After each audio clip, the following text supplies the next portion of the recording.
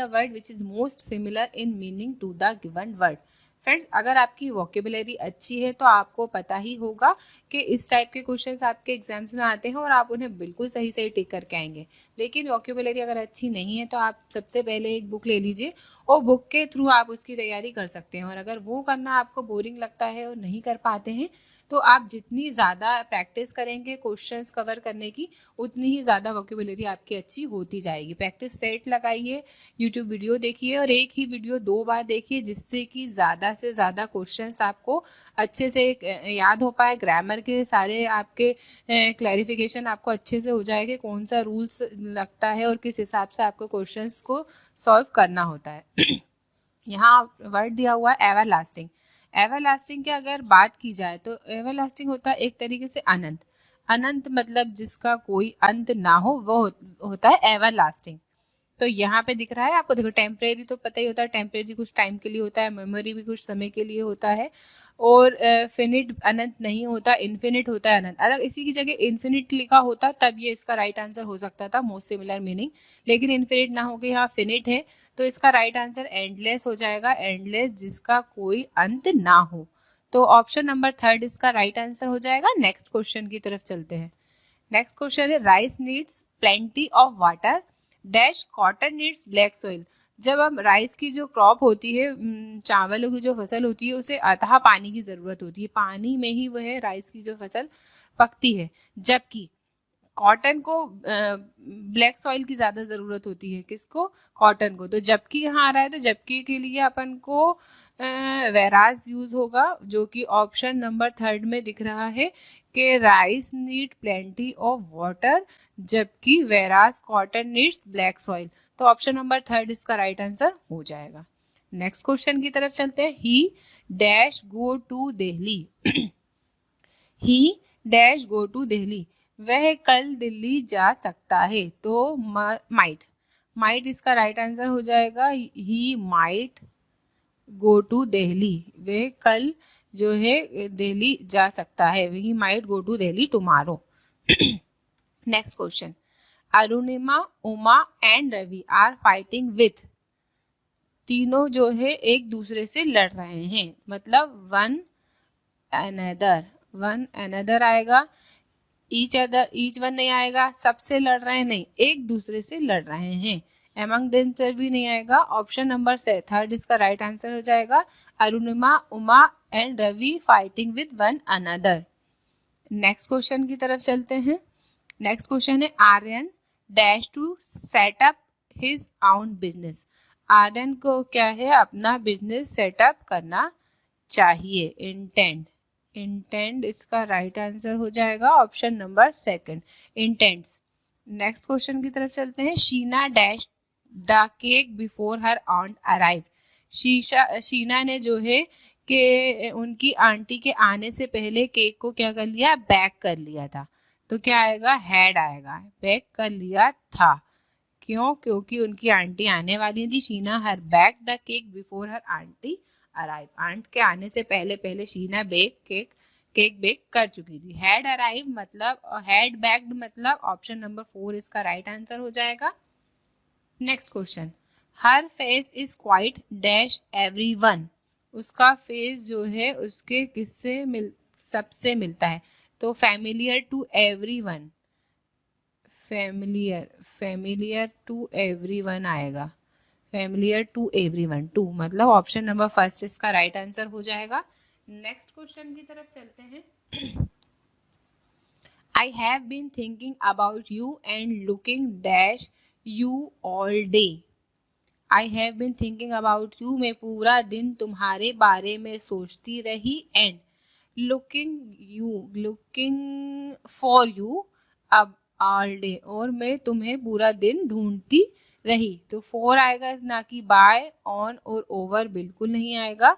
4 आएगा। I have been thinking about you and looking for you all day. Looking for you आपने देखिए पहले भी कितनी बार बोला होगा, बोलने में आया होगा लुकिंग फॉर यू। उसी से आपको इस तरीके के क्वेश्चन अगर आप करते हैं और समझ में नहीं आते हैं कि एग्जाम में आपको क्या टिक करना है, तो इस तरीके के वर्ड्स को आप 2-3 बार मन में रिपीट करिए सेंटेंस को, और ऑप्शंस में से एक एक वर्ड को आप रख के देखिए। जिनको नहीं आता उनके लिए बता रही हूँ मैं। जब ऑप्शन में से आप एक एक वर्ड को रख के देखेंगे ना, तब आपको अपने आप समझ में आ जाएगा कि राइट आंसर क्या हो सकता है। नेक्स्ट क्वेश्चन की तरफ चलते हैं। The frog jumped dash the well. ये क्वेश्चन बहुत इजी क्वेश्चन है, और इसलिए भी शायद इजी लग रहा है क्योंकि हर एग्जाम्स में, चाहे वह एसएससी हो या फिर व्यापम का कोई एग्जाम्स हो या बैंक का एग्जाम हो, ये वाला जो क्वेश्चन है तीनों एग्जाम्स में कई बार पूछा जा चुका है। The frog jumped dash the well, तो ये सबको रट ही चुका होगा। जब the frog jumped into the well, frog जो है वेल में कूद गया। Next question, pick out the appropriate word to join the two sentence given below.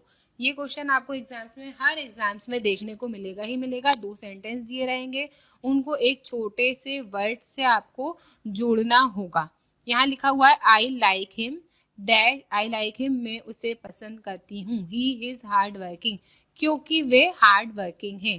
तो सो बिकॉज, बिकॉज मतलब क्योंकि आएगा, है ना, कि मैं उसे पसंद करती हूँ बिकॉज वे हार्ड वर्किंग है। सो सिंस और अनलेस नहीं आएगा, अनलेस तो यदि नहीं होता है, सो तो अलग बात है, बहुत हार्ड वर्किंग है, ही सो हार्ड वर्किंग होता। अगर यहाँ पे डैश लगा होता ना तो अपन सो हार्ड वर्किंग करते थे। सिंस से भी कोई मतलब नहीं है तो बिकॉज आएगा। आई लाइक है, मैं उसे पसंद करती हूँ क्योंकि, बिकॉज का मतलब क्योंकि होता है, इसका एक मीनिंग क्योंकि होता है, पहला मीनिंग इसका क्योंकि ही होता है। I like him because he is hard working. Next question, knowledge act as guiding light which dispels ignorance and leads to enlightenment and liberation. यहाँ पे आपको क्या करना है, कई बार आपको अगर नहीं आता हो वर्ड मीनिंग तो आप इसे पढ़ के समझ सकते हैं, ठीक है। लेकिन अगर आपको वर्ड मीनिंग आती है तो इसको पढ़ के समझने की जरूरत आपको नहीं पड़ेगी, यहीं से आप इसका राइट आंसर लगा देंगे। What does word dispel meaning, तो आपको डिस्पेल का मीनिंग अगर पता होगा तो आपको ये पढ़ने की जरूरत नहीं पड़ेगी। डिस्पेल की अगर बात की जाए तो हटाना या छोड़ देना, ये होता है डिस्पेल, हटाना। हटाना जो है इसका मीनिंग होता है हटाना। देखते हैं, एलिमिनेट करना, ये दिख ही रहा है, एलिमिनेट करना ही डायरेक्ट, इंक्लूड करना तो जोड़ना होता है, अपन तो छोड़ना की बात कर रहे हैं। अट्रैक्ट भी अट्रैक्ट होता है, इनवाइट भी बुलाना होता है, तो यहाँ अपन हटाने की या छोड़ देने की बात कर रहे हैं, जो कि एलिमिनेट में दिख रहा है। एलिमिनेट का मतलब भी होता है हटाना या छोड़ देना, तो एलिमिनेट इसका राइट आंसर हो जाएगा, जैसा कि ऑप्शन नंबर फर्स्ट में दिख रहा है। नेक्स्ट क्वेश्चन की तरफ चलते हैं। Francis Bacon said knowledge is power. Francis Bacon ने बोला कि नॉलेज इज पावर है, नॉलेज शक्ति है। Knowledge comprise the entire gamut of fact, मतलब नॉलेज में तथ्यों को संपूर्ण शामिल होता है। नॉलेज में तथ्य संपूर्ण रूप से शामिल होते हैं। Information and skills acquired by individual and mankind as a whole. अगर आपको ये समझ में नहीं आए तो आपको पूरा सेंटेंस पढ़ के इसका मीनिंग बताना होगा, लेकिन अगर आपको वर्ड मीनिंग पहले ही पता होगा तो सेंटेंस पढ़ने का टाइम आपका बच जाएगा। व्हाट डज वर्ड गम्मुट मीनिंग, तो गम्मुट की अगर बात की जाए तो गम्मुट होता है विस्तार, जैसा कि हमने यहाँ पे पढ़ा, knowledge comprise the entire gamut of fact. Knowledge में तथ्यों का संपूर्ण जो है शामिल, दावा जो है शामिल होता है, तो यहाँ पे होता है विस्तार। विस्तार जो है गम्मुट का मीनिंग हो जाएगा बढ़ाना, किसी चीज को खींचना, वो होता है विस्तार। तो विस्तार अपन देख लेते हैं कि किस में मिल रहा है अपन को, रेंज। रेंज में विस्तार से रिलेटेड वर्ड आपको ये दिख रहा है। समथिंग समथिंग रेंज जो है गम्मुट से मिलता जुलता वर्ड है, ना कि नॉलेज, अवेयरनेस और स्टोर। यहाँ पे रेंज इसका राइट आंसर हो जाएगा। नेक्स्ट क्वेश्चन की तरफ चलते हैं, क्योंकि रेंज का भी मतलब विस्तार से ही होता है, रेंज का एक मतलब विस्तार ही होता है। नेक्स्ट क्वेश्चन की तरफ चलते हैं। Pick out the appropriate word to join the two sentence given below. हमें क्या करना है कि 2 सेंटेंस को जोड़ना है एक वर्ड के सहारे। द स्ट्रीट्स वर फ्लडेड, क्या हो रहा था, सड़कें पूरी पानी, सड़कों में पूरा पानी जमा था। सड़कें, ये कह लो कि सड़कें जलमग्न थी। सड़कें क्या थी, जलमग्न थी, सड़कें जलमग्न थी, ठीक है। अब we did not go further, इसलिए हम जो है आगे नहीं जा पाए, इसलिए हम वहां से आगे नहीं जा पाए। तो अब इसलिए कहाँ ढूंढेंगे अपन, सो का भी मतलब वही होता है, इसलिए हम वहां आगे नहीं जा पाए, आगे नहीं जा पाए या नहीं गए, जा पाए। तो ऑप्शन नंबर सेकंड दिख रहा है right answer, the streets were flooded so we did not go further. ठीक है, सड़कें जलमग्न थी इसलिए हम आगे नहीं गए, आगे नहीं जा पाए। नेक्स्ट क्वेश्चन की तरफ चलते हैं। He comes to see us on dash Sunday, वो हमें देखने आते हैं। यहाँ सी लिखा हो, एस लिखा हुआ है, हमें मतलब रेगुलरली देखने आते हैं। कब देखने आते हैं? एवरी संडे, एवरी संडे, ना कि ऑल संडे, ना कि द फ्यू संडे, ना कि सम संडे। और एवरी संडे इसका राइट आंसर हो जाएगा। ही कम्स टू सी अस, वे हमें रोज हर संडे को देखने आते हैं, मतलब एवरी संडे। सब संडे देखने आते हैं क्या होता है? ऑल मतलब तो सभी संडे हो जाएगा। सभी संडे क्या होता है? एवरी संडे, एवरी संडे वे हमें देखने आते हैं। नेक्स्ट क्वेश्चन की तरफ चलते हैं। His theory was not dash on fact, way fact fact fact built. देखो वॉज लगा है ना, तो बिल्ड नहीं आएगा, बिल्ट आएगा। उनकी थ्योरी जो है तथ्यों पर आधारित नहीं है, तो बिल्ट इसका राइट आंसर हो जाएगा। बिल्ट, बिल्ट क्यों आ रहा है? बिल्ट, टी वाला बिल्ट इसलिए आ रहा है क्योंकि यहाँ पे वॉज लगा है। नेक्स्ट क्वेश्चन की तरफ चलते हैं। The wire has to be dash tightly, तार को कसकर मोड़ना होगा। मोड़ना होगा मतलब बेंट आएगा इसमें, BENT, तार को कसकर मोड़ना होगा। हैज टू बी लिखा है ना, बेंट, BENT बेंट आएगा क्योंकि यहाँ पे हैज टू बी लगा है। ठीक है, नहीं तो बैंड भी आ सकता था। नेक्स्ट क्वेश्चन की तरफ चलते हैं। Find the word which is most similar in meaning to the given word. Harass दिया हुआ है, तो हैरास आप सभी को पता होगा हैरास क्या होता है। हैरास होता है किसी इंसान को प्रताड़ित करना, है ना, प्रताड़ित। तो हेल्प मतलब तो हेल्प होती है, मदद, हो ही नहीं सकता। असिस्ट भी मदद करना होता है। कंफर्ट भी किसी को, कंफर्ट अलग, आप समझ ही रहे हैं, कंफर्टेबल भी अलग होता है। यहाँ दिया हुआ है molest, molest option number second इसका राइट आंसर होगा, क्योंकि मोलेस्ट करना भी तंग करना होता है। मोलेस्ट करना क्या होता है? किसी को तंग करना, मोलेस्ट करना के मीनिंग होते हैं। तो प्रताड़ित करना और तंग करना लगभग एक ही बात है। तो हैरास की अगर मोस्ट सिमिलर मीनिंग की बात की जा रही है यहाँ पे, ना कि अपोजिट वर्ड की, तो हैरास का मीनिंग यहाँ पे मोलेस्ट से लिया जा सकता है। नेक्स्ट क्वेश्चन की तरफ चलते हैं। Find the word which is most similar in meaning to the given word. यहाँ दिया हुआ इम्पार्शल। इम्पार्शल का एक मीनिंग जो होता है निष्पक्ष होता है। क्या होता है? निष्पक्ष। तो निष्पक्ष हमें देखना होगा कि निष्पक्ष कहाँ है। तो डायरेक्ट इसके ऑप्शंस की तरफ चलते हैं। अनजस्ट, जस्ट, जस्ट भी होता है निष्पक्ष, या फिर न्याय संगत।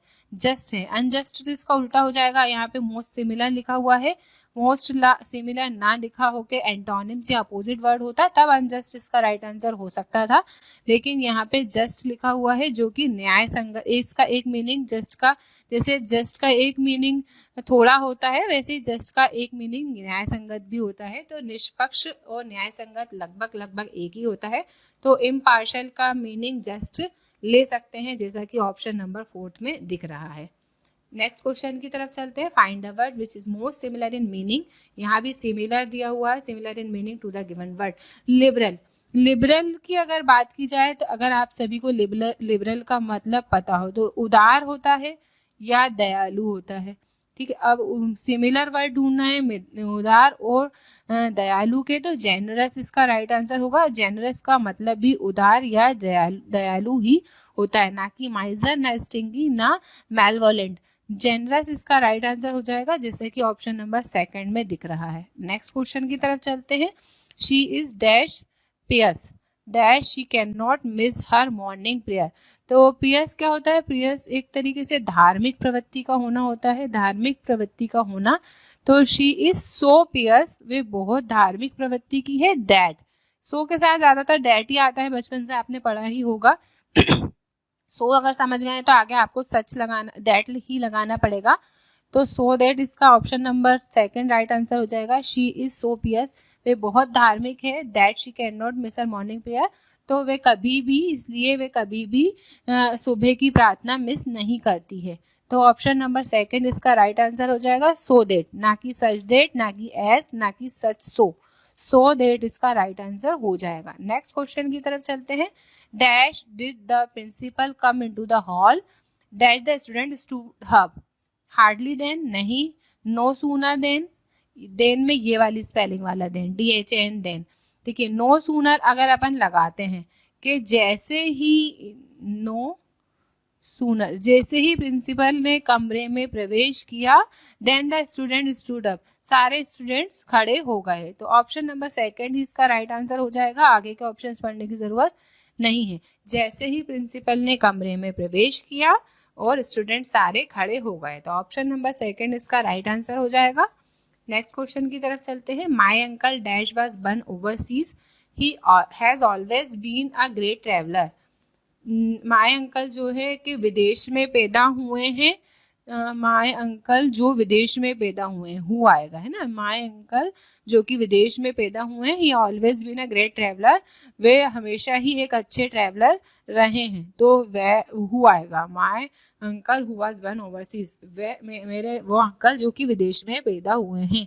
तो ऑप्शन नंबर 4 इसका राइट आंसर होगा। whom, which और that गलत है, हु इसका राइट आंसर हो जाएगा। Option number 4 is the right answer.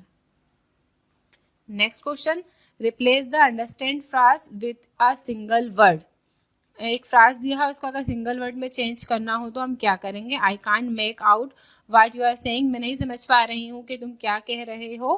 Can you speak loudly, क्या थोड़ा तेज बोल सकते हो। मैं नहीं समझ पा रही हूँ कि तुम क्या कह रहे हो, तो मैं नहीं समझ पा रही हूँ के लिए अंडरस्टैंड आएगा। आई कांट है लिखा हुआ है, तो आई कांट मेक आउट की जगह अंडरस्टैंड आएगा।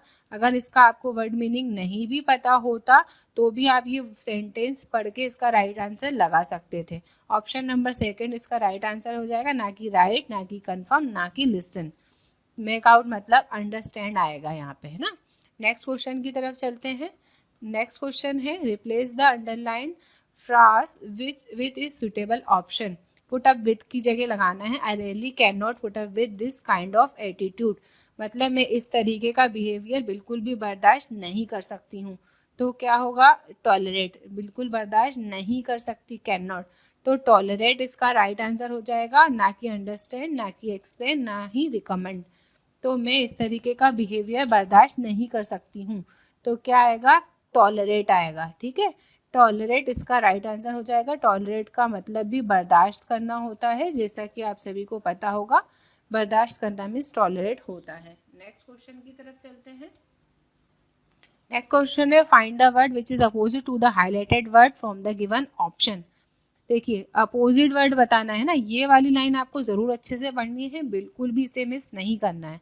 यहाँ अपोजिट दिया हुआ है काम, काम मतलब शांति होता है, आप सभी को पता होगा, और हमें क्या करना है, अपोजिट वर्ड की तरफ चलना है। अगर सिमिलर पूछा जाता तो हम रिलैक्स्ड लगा सकते थे इन ऑप्शंस में से, लेकिन सिमिलर नहीं पूछा, ऑप्शन अपोजिट पूछा है, तो इजी नहीं आएगा, कंफर्टेबल नहीं आएगा, रिलैक्स नहीं आएगा। ये तीनों ही जो है पॉजिटिव वर्ड है, और ऐसे भी आप अंदाजा लगा सकते हैं पॉजिटिव और नेगेटिव वर्ड से।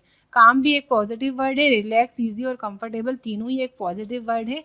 काम जैसा कि शांति की तरफ इशारा करता है, वैसे नॉइसी शोर की तरफ इशारा करता है, तो अपोजिट वर्ड इसका नॉइजी हो जाएगा, जैसा कि ऑप्शन नंबर 4 में दिख रहा है। नेक्स्ट क्वेश्चन की तरफ चलते हैं। I will give him your message dash I see him, हम तुम्हारा मैसेज उस तक पहुंचा दे, मतलब मैं तुम्हारा मैसेज उस तक पहुंचा दूंगी जैसे ही मैं उसे मिलती हूँ, जब भी मैं उसे मिलूंगी। तो क्या आएगा, वैन एवर, वैन एवर मतलब जब भी मैं उसको मिलूंगी, वॉट एवर नहीं आएगा, वेयर नहीं आएगा, हाउ एवर नहीं आएगा, वैन एवर आएगा, जैसे ही मैं उससे मिलूंगी तुम्हारा मैसेज तुम उस तक पहुंचा दूंगी। तो क्या होगा, वैन एवर इसका राइट आंसर हो जाएगा। नेक्स्ट क्वेश्चन की तरफ चलते हैं। He keeps on asking for money dash he belongs to a rich family, वे हमेशा पैसे मांगता रहता है जबकि वो एक रिच फैमिली से है। दो आएगा यहाँ पे, ना कि बट, ना कि स्टिल, दो इसका राइट आंसर हो जाएगा। वे हमेशा पैसे मांगता रहता है जबकि वो एक रिच फैमिली से है। फ्रेंड्स, इस वीडियो के इंपॉर्टेंट क्वेश्चंस कवर हो चुके हैं, इससे ज़्यादा क्वेश्चंस मैं इस वीडियो में नहीं कवर करवाने वाली हूँ। इसी वीडियो को आप 2 बार देखिए, चाहे मेरा देख रहे हो या किसी भी और का वीडियो देखें, आप 2 बार देख के अच्छे से याद कर लीजिएगा। एग्जाम्पल से आप अच्छे से समझ लीजिएगा और ग्रामर से आप अच्छे से समझ लीजिएगा और ज़्यादा से ज़्यादा क्वेश्चंस की प्रैक्टिस करने की कोशिश कीजिए, जिससे कि एग्जाम्स में वही या उससे मिलते जुलते क्वेश्चंस आएँ तो आपके पास जो है रूल्स क्लियर हों, आप उसे सही सही टिक करके आएँ। अगर आपको मेरा ये वीडियो पसंद आया है तो वीडियो को लाइक कीजिए और जो भी एस्पिरेंट गवर्नमेंट एग्जाम्स की तैयारी कर रहे हैं उनको ये वीडियो ज़रूर शेयर कीजिए, कुछ ना कुछ कमेंट्स कीजिए। नेक्स्ट वीडियो जल्द से जल्द लेकर आऊँगी मैं, तब तक के लिए मेरी तरफ से आप सभी को best of luck and good bye.